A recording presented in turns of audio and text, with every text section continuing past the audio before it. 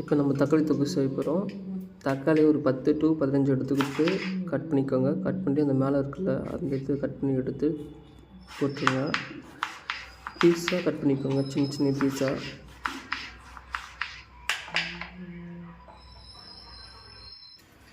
அதுக்கப்புறம் ஒரு தட்டை எடுத்துகிட்டு ஒரு பூண்டு ஒரு பல் எடுத்துக்கோங்க.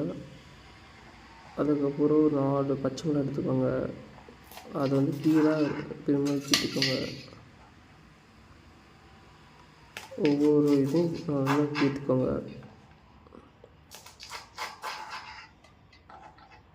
எடுத்துட்டு அந்த தட்டில் எடுத்து வச்சிடலாம். இப்போ பூண்டை வந்து எடுத்து ஒரு தட்டிட்டு அதில் குப்பையெல்லாம் இருக்குது அதில் தனித்தனியாக வச்சுக்கலாம். அதை வந்து தட்டி உரிச்சிக்கலாம். உரிச்சிட்டு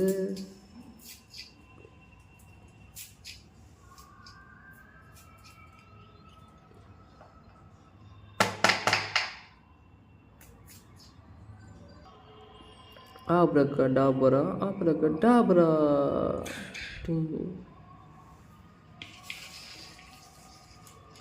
கொஞ்சோண்டு கருவேப்பிலை எடுத்து வச்சுக்கலாம். அந்த பூண்டு இருக்குல்ல அதை பீஸாக கட் பண்ணி வச்சுக்கலாம். அதுக்கப்புறம் பட்டை, கொஞ்சம் சோம்பு எடுத்து அந்த தட்டில் வச்சுக்கிட்டு நம்ம உரம் வச்சுக்கலாம்.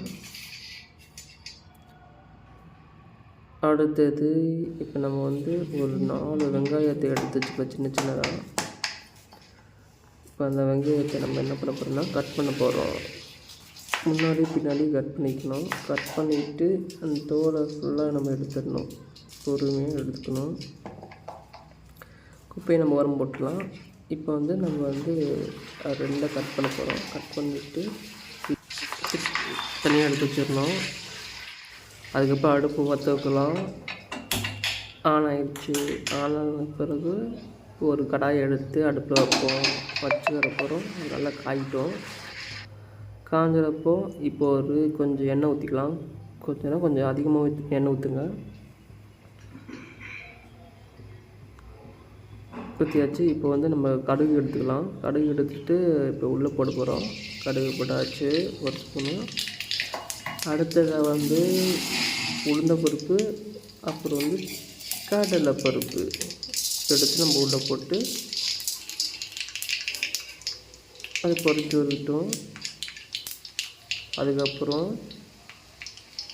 பட்டை நம்ம எடுத்து வச்சுருந்தோம். அந்த பட்டையை உள்ளே போடுறோம். போட்டதுக்கப்புறம் சோம்பு எடுத்து நம்ம உள்ளே போடுறோம்.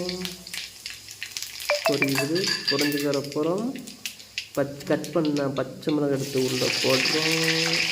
போட்டப்புறம் பார்த்திங்கன்னா அதுக்கு இந்த இருக்குது. அதுக்கப்புறம் கருவேப்பிலை எடுத்து உள்ளே போடுறோம். போட்டுக்கிறப்பறம் கார்லிக் எடுத்து உள்ளே போடுறோம்.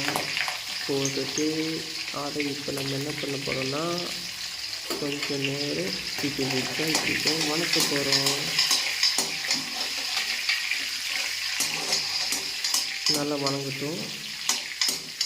இப்போ வெங்காயம் எடுத்து நம்ம வந்து கடாயில் போடலாம்.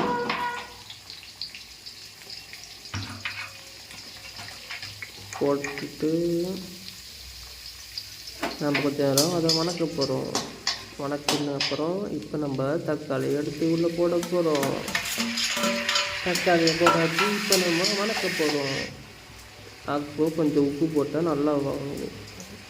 உப்பு வந்து நமக்கு தேவையான அளவு உப்பு போட்டுக்கலாம். இப்போ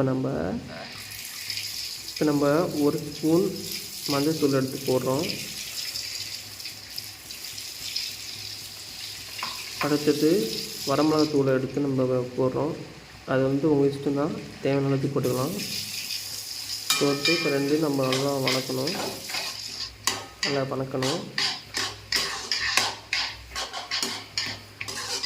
வணக்கிட்டு நல்லா வணங்குங்க. கொஞ்சம் தண்ணி எடுத்து நம்ம ஊற்ற போகிறோம். கொஞ்சம் ஊற்றிக்கலாம், நிறைய வேணாம், கொஞ்சமாக ஊற்றிக்கலாம். ஊற்றிட்டு அதை கொஞ்சம் பரட்டிவிட்டு இப்போ நம்ம மூடி வச்சு கொஞ்ச நேரம் வச்சு நம்ம பார்த்தா இந்த மாதிரி எண்ணெய் திரிஞ்சு வந்துருக்கும். அதை இப்போ நிரம்புனா கொஞ்சம் நேரம் வணக்கணும்.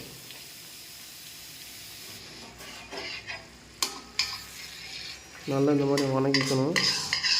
நல்லா வணக்கணும். அப்போ தக்காளி கண்ணுக்கு தெரிக்கிற அளவுக்கு வணக்கணும். சரிங்களா? இந்த மாதிரி அழகாக நல்லா இருக்கணும். நல்லா வணக்கணும். ரொம்ப நேரம் வணங்கிட்டே இருக்கணும். அப்போ தான் தக்காளி கண்ணுக்கு தெரியாது, நல்லா மசியும்.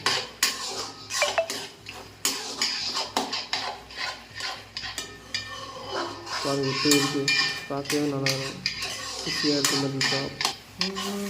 இப்போ நம்ம என்ன பண்ண போகிறோம்னா கொத்தமல்லியை பிச்சு அந்த தக்காளி தூவும்போது இப்படியே நேராக தூவ போகிறோம். இந்த மாதிரி தூவிக்கலாம். இப்போ நமக்கு தக்காளி தொக்கு ரெடி.